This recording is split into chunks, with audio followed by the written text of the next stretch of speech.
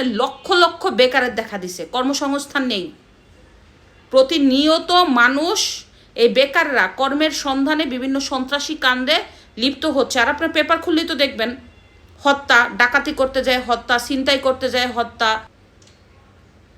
সরকার যদি এগুলি সামাল না দিতে পারে, এর নাকে খত দিয়ে এই সরকারের পদত্যাগ করা উচিত। একটা কথা মনে রাখবেন, এই সরকারের জবাবদিহিতা নাই। কারণ কেন জানেন? এই সরকার কোনো রাজনৈতিক দলের নেতা না, এরা ভবিষ্যতে ভোটের আশাও করে না। কারণ এরা আসছে উইরা এসে জুইরা বসছে বাংলাদেশে, আর এই বসার পরেই দেশটারে শেষ করছে। কারণ যারা এখন সরকার ক্ষমতায় আছে না, প্রত্যেকজনে ডুয়েল সিটিজেন। অনেকে বাংলাদেশের সিটিজেন না থাকলেও তারা বিদেশের সিটিজেন। নট অনলি দ্যাট, এদের মানে পাসপোর্ট হোল্ডার, বিদেশি পাসপোর্ট হোল্ডার। এরা কি বাংলাদেশের পরোয়া করে? জীবনে ছিল বাংলাদেশে?